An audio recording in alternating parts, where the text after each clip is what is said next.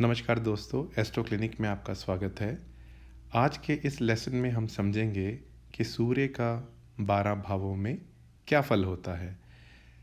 दोस्तों, सूर्य हमारी आत्मा के कारक हैं।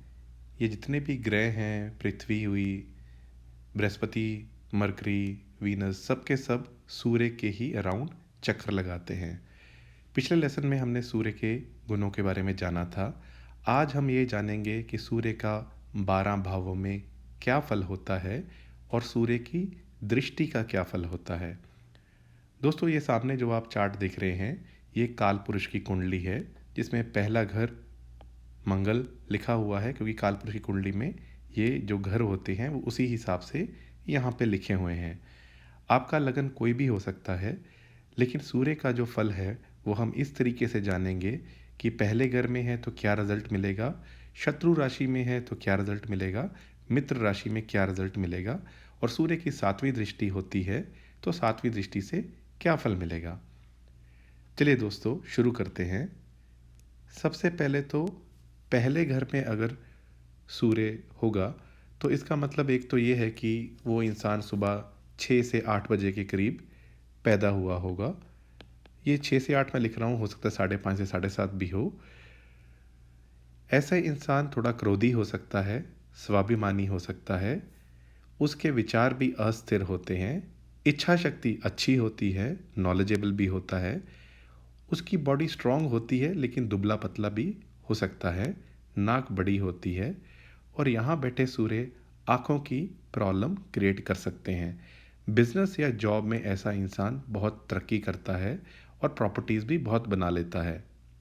वहीं सूर्य की दृष्टि 7वें घर में होने की वजह से स्पाउस से थोड़ी हैप्पीनेस कम मिलती है, क्योंकि ये घर है मंगल का जहाँ से दृष्टि पड़ रही है, और वो घर है शुक्र का, और सूर्य और शुक्र की आपस में नैसर्गिक दुश्मनी है, तो इस वजह से स्पाउस से थोड़ी हैप्पीनेस कम मिलती है। मान लीजिए सूर्य मित्र राशि में बैठे हैं, यानी यहाँ पे 1 नंबर हो, 4 नंबर हो, 5 नंबर हो, 8 नंबर, 9 या 12 हो, या सम राशि हो, जैसे मान लीजिए बुध की है 3 और 6 नंबर, तो पॉजिटिव रिजल्ट ज़्यादा मिलते हैं। वहीं अगर सूर्य शत्रु राशि में हो या नीच राशि में हो तो अपयश मिल सकता है, या फेम या डिसफेम भी मिल सकता है। दोस्तों, आगे बढ़ते हैं। सूर्य अगर दूसरे घर में हो तो ये घर शुक्र का है। तो अभी मैं आपको बता के हटाऊं कि सूर्य और शुक्र की आपस में नहीं बनती। तो इसलिए क्या होता है कि ऐसा इंसान एग्रेसिव हो सकता है, उग्र उत्तेजित हो सकता है, क्योंकि ये घर वाणी का भी है, तो इसलिए उसकी वॉइस हाई टोन की हो सकती है। ये घर फैमिली का भी है तो फैमिली में विवाद हो सकते हैं। वहीं पे पैतृक संपत्ति, जो धन हम पैतृक संपत्ति का इस घर से देखते हैं, वो भी नहीं मिलता, ऐसी सिचुएशन बन सकती है। 7वीं दृष्टि 8वें घर पे होने की वजह से उम्र लंबी होती है। अगर यही सूर्य मित्र राशि में बैठे हुए हों तो ऐसा इंसान धनवान बनता है, प्रॉपर्टीज़ भी उसकी बनती हैं, और वहीं शत्रु राशि में हो तो धन का नाश हो सकता है, पैतृक संपत्ति नहीं मिलना, ऐसी चीज़ें देखी जा सकती हैं। दोस्तों, आगे बढ़ते हैं। सूर्य अगर तीसरे घर में हो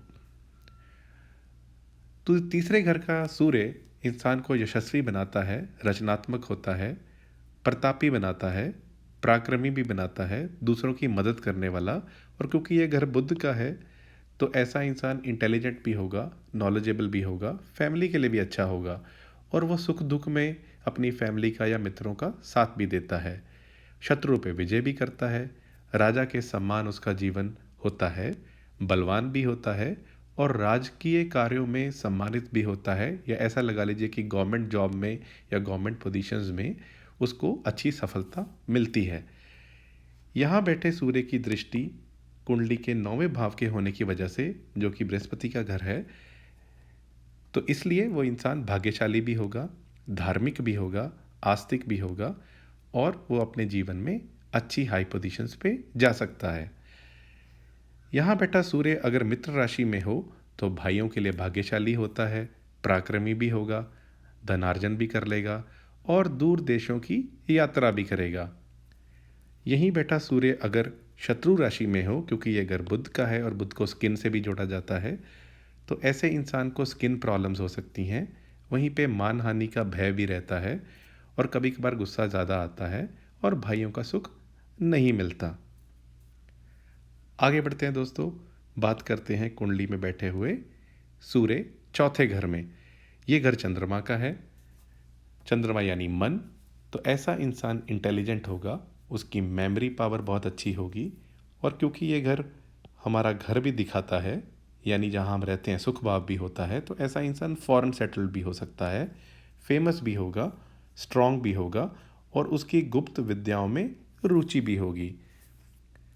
वहीं पे आप देखिए कि उसकी जो 7वीं दृष्टि है वो पड़ेगी कुंडली के 10वें भाव में। तो 10वें भाव में शनि का घर है और सूर्य 10वें भाव के कारक होते हैं। तो दृष्टि की वजह से राजमान्य होगा, उच्च पद की प्राप्ति भी होगी और कार्यों में सफल भी होगा।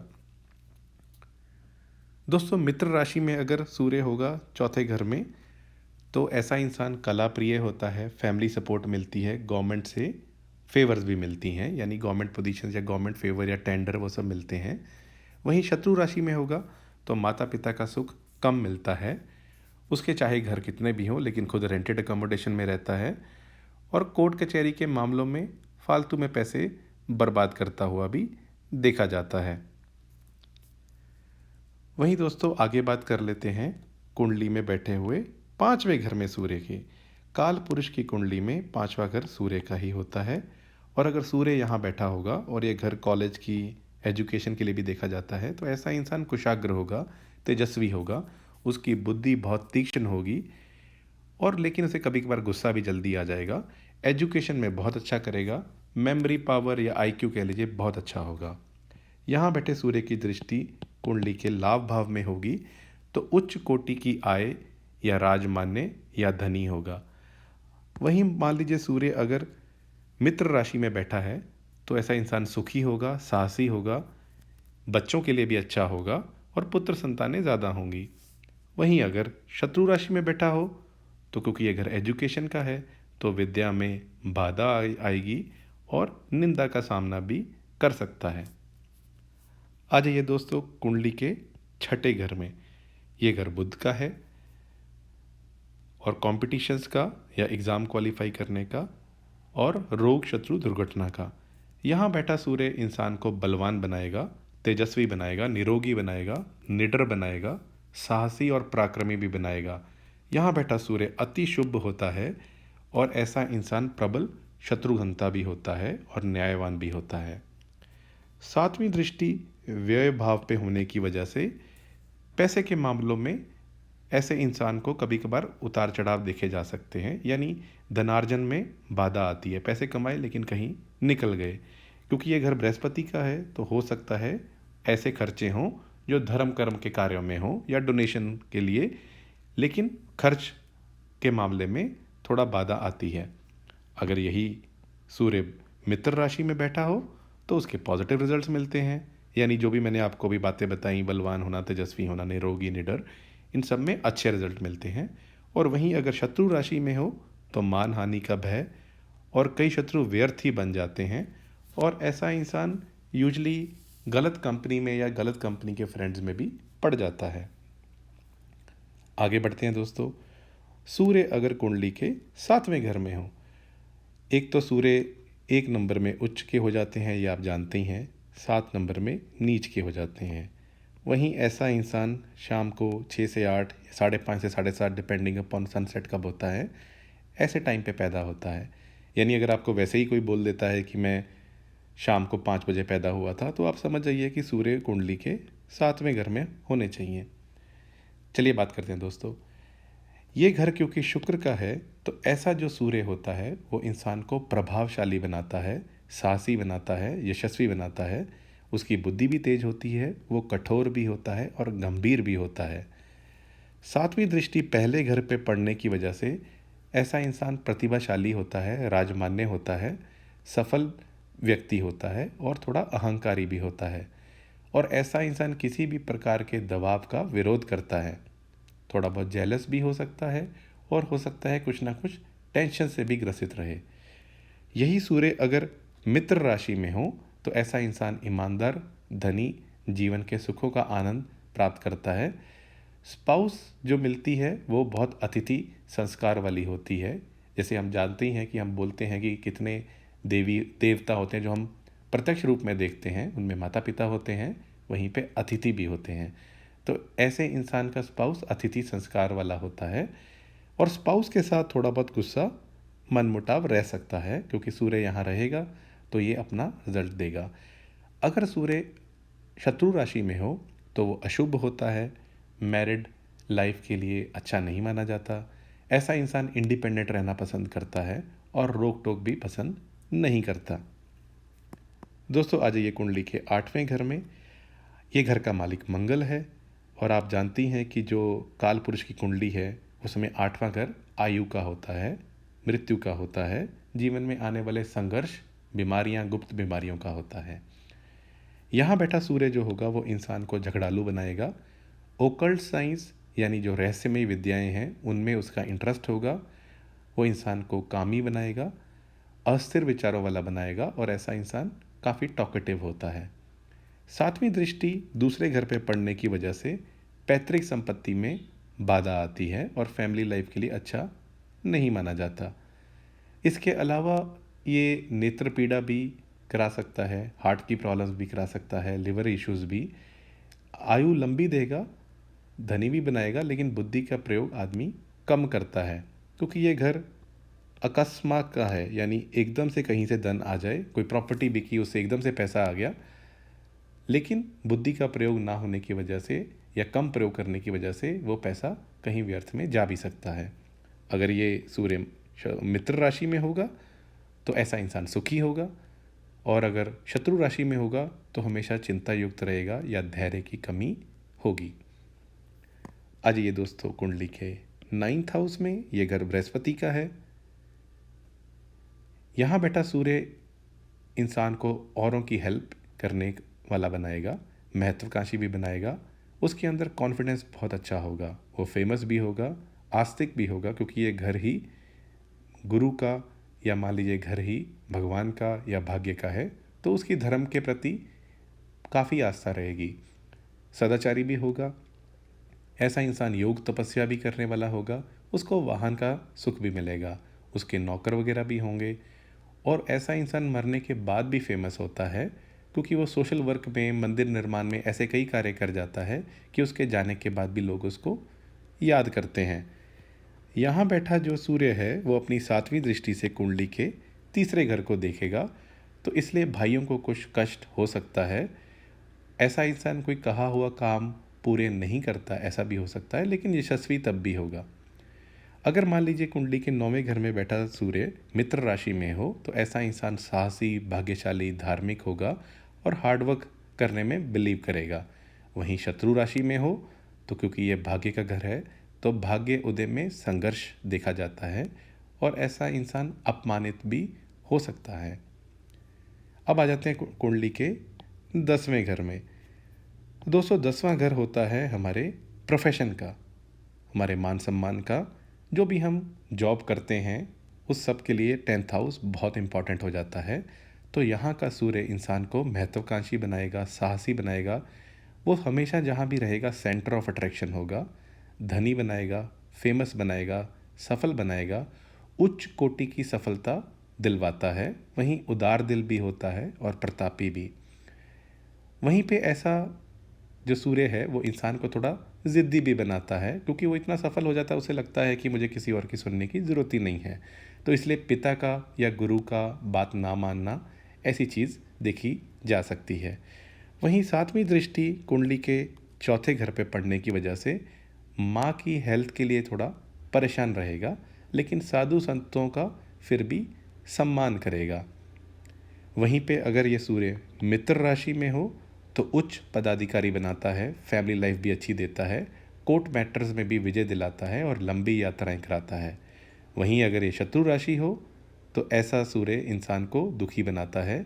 इनिशियल लाइफ में थोड़े कष्ट देखे जाते हैं, इवन फॉरेन कंट्रीज़ में भी कष्ट देखा जाता है, और कर्म क्षेत्र में असफलता या बार बार कोई दिक्कतें आना जॉब में, ऐसी चीज़ हो सकती है। आ जाते हैं कुंडली के 11th हाउस में, जिसे लाभ भाव भी कहते हैं। इस घर के मालिक शनिदेव हैं कालपुरुष की कुंडली में। यहाँ बैठा सूर्य इंसान को सद्गुणी बनाता है, यशस्वी बनाता है, धनी बनाता है, प्रसिद्ध, विद्वान, ट्रुथफुल, स्वाभिमानी, सुखी, बलवान, योगी, सदाचारी, यानी ये सारे पॉजिटिव गुण देखे जा सकते हैं। वहीं पे सातवीं दृष्टि अपने ही घर पे होने की वजह से कालपुरुष की कुंडली में ये अपना ही घर होता है सूर्य का, और सूर्य यहाँ बैठा हुआ शनि के घर में, और सूर्य अपने ही घर को अगर देखता है तो संतान सुख थोड़ा कम मिलता है। पहली संतान या संतान की आयु थोड़ी कम देखी जा सकती है, और ऐसा इंसान थोड़ा झगड़ालू भी हो सकता है। मित्र राशि में अगर सूर्य यहाँ बैठा हुआ हो तो वो इंसान को धनी बनाता है, महत्वाकांक्षी भी बनाता है, और शत्रु राशि में हो तो संतान सुख कम मिलता है। जैसा मैंने बताया, पुत्रों की आयु अल्प या आयु हो सकती है और आय में बाधाएं भी आ सकती हैं। दोस्तों, आ जाइए कुंडली के 12वें घर में।